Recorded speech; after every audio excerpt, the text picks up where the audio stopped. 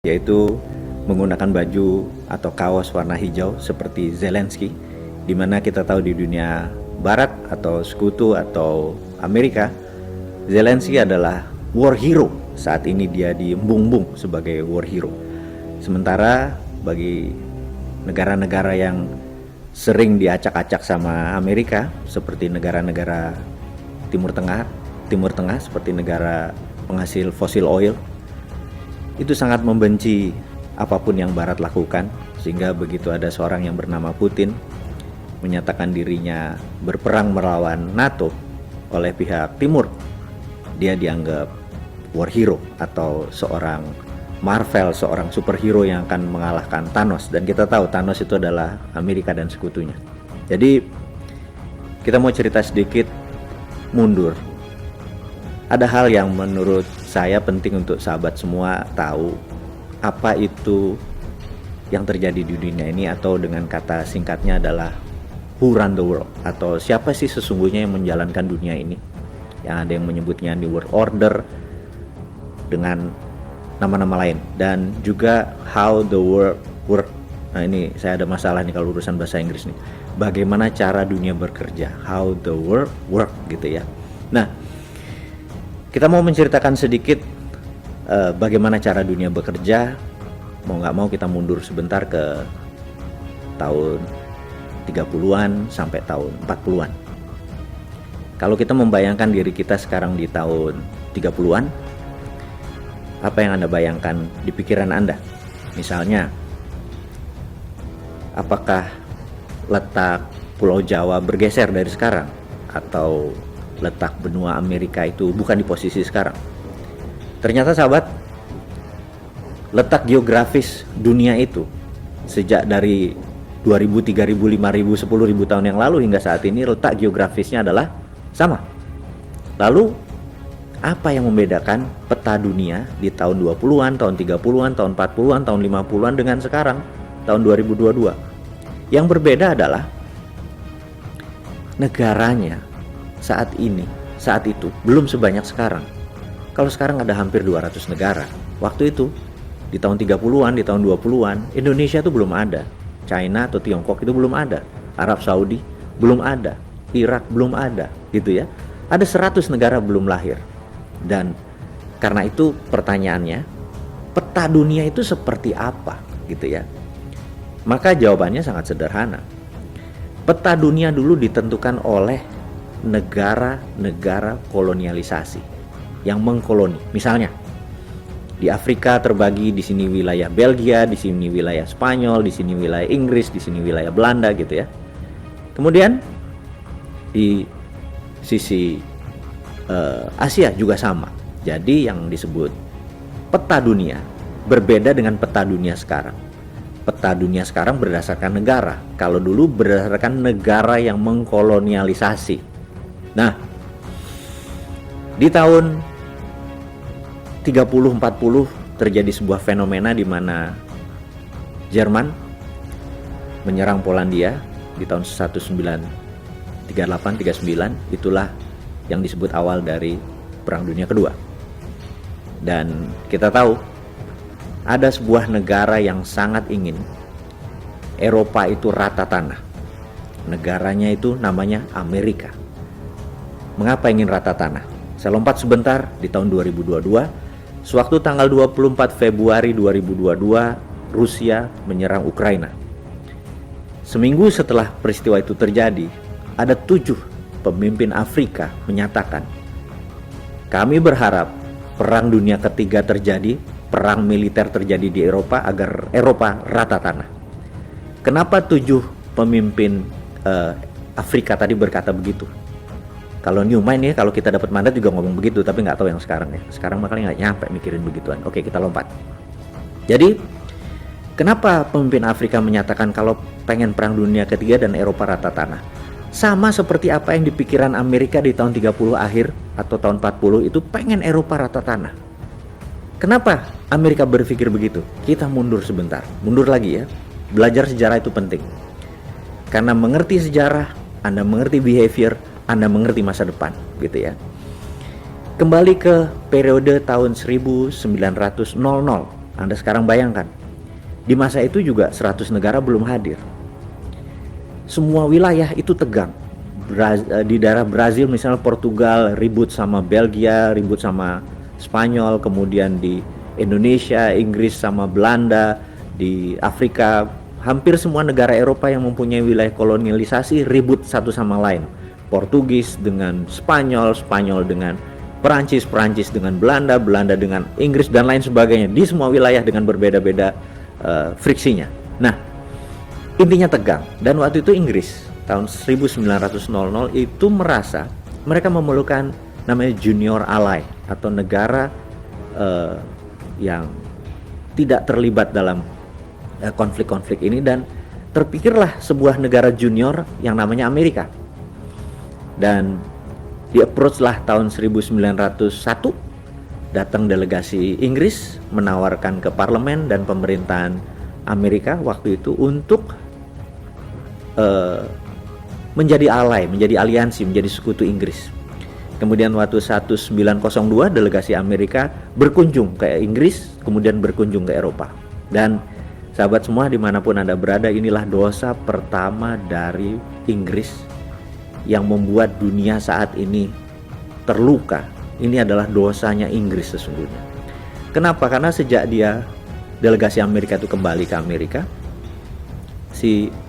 mereka berkata, mereka rapat, mereka menyadari bahwa di Inggris, di Eropa, senjata itu masih satu-satu, door clack gitu ya, masih satu-satu. Sementara di zaman koboi 30 tahun sebelumnya atau 18 sekian, perang saudara di Amerika, itu sudah pakai revolver. Jadi kalau nembak ceklek door gitu ya. Untuk sekedar mengingat, kalau Anda nonton film The Last Samurai itu, kembaran saya di Tom Cruise itu ya, kan Anda tahu dia terakhir di Samurai itu ditembak dengan brand gitu ya, sudah revolver.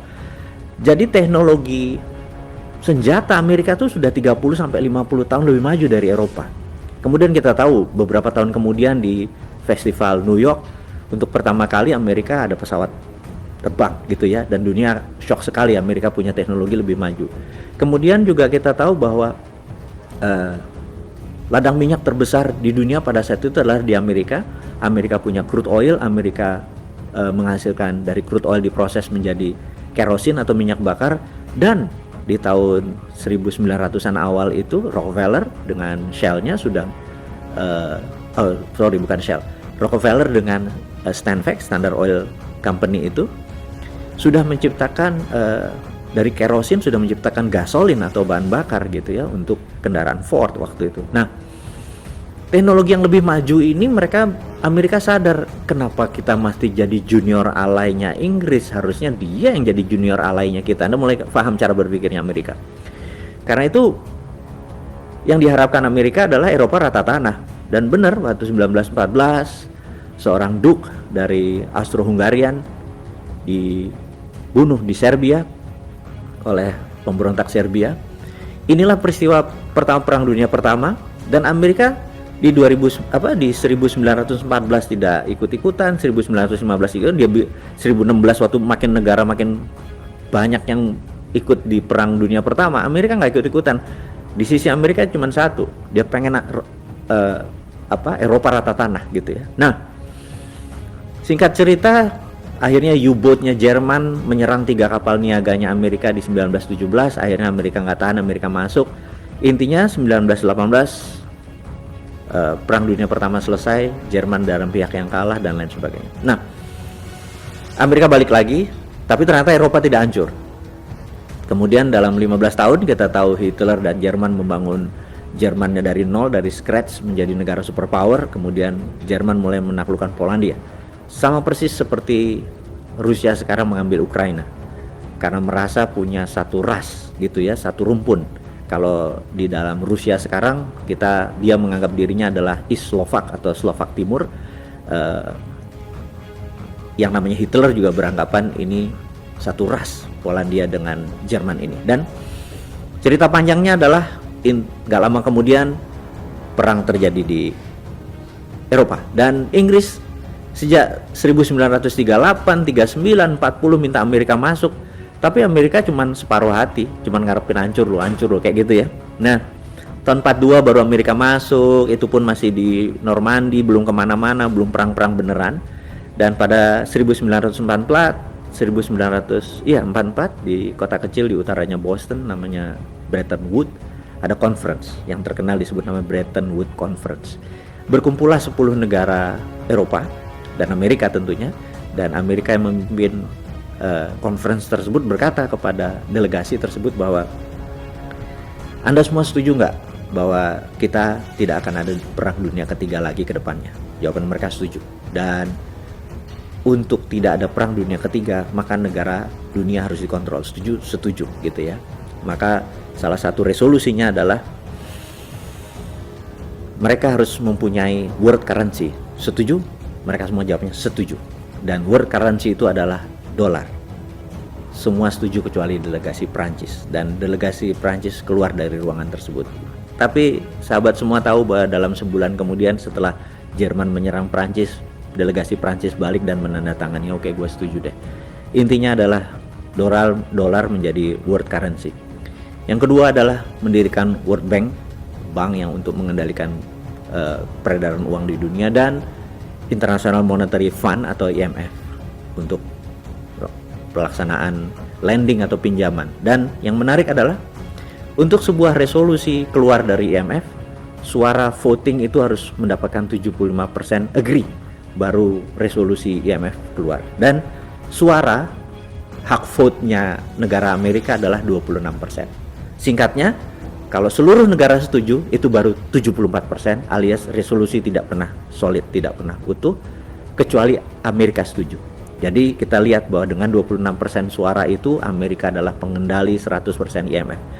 Jadi itulah, kalau sahabat semua kita buka, inilah yang disebut who run the world, siapa yang menjalankan dunia, and how the world work, bagaimana cara dunia bekerja. Nah, sejak saat itu sebuah buku yang berjudul Long Telegram dari John F. Cannon. Cannon ini mengatakan di dalam Long Telegram tersebut, buku tersebut, ada sebuah perkataan yang menarik yang sampai sekarang menjadi foreign policy dari kebijakan luar negeri Amerika adalah penduduk Amerika merupakan 5,6% penduduk dunia, tetapi world wealth atau kekayaan dunia lebih dari 62% waktu itu. Dan kalimat di bawahnya yang menjadi legend hingga saat ini adalah we want to keep it that way forever, atau terjemahan bebasnya adalah kami ingin selamanya mengontrol world wealth, 65% kekayaan dunia tersebut. Dan kita tahu sampai saat ini Amerika merupakan pengendali 65% world wealth. Memang secara GDP dibandingin China mungkin sudah 11-12, menguasai 25-30% kekayaan dunia. Tetapi Amerika memiliki Wall Street, di mana 40% world wealth ada di Wall Street. Kita lihat misalnya saham Alibaba, Tencent, semuanya ada di Wall Street. Itulah yang mengendalikan 40%. Kalau ditambah dengan 25% GDP nasionalnya Amerika, ya masih 65%. Jadi inilah yang menjadikan kita harus memahami who run the world, siapa yang menjalankan dunia. Bukan lagunya Beyonce ya, who run the world girl katanya ya. Ini bukan, ini who run the world adalah Amerika dengan konsepnya Barat. Kemudian world wealth masih dikuasai Amerika. Dan ada sebuah kata-kata yang di serial video Bosman nanti akan kita urai, bahwa who control food, they control people. Who control energy, they control country. Jadi jangan heran 80% energi dunia Amerika masih yang megang.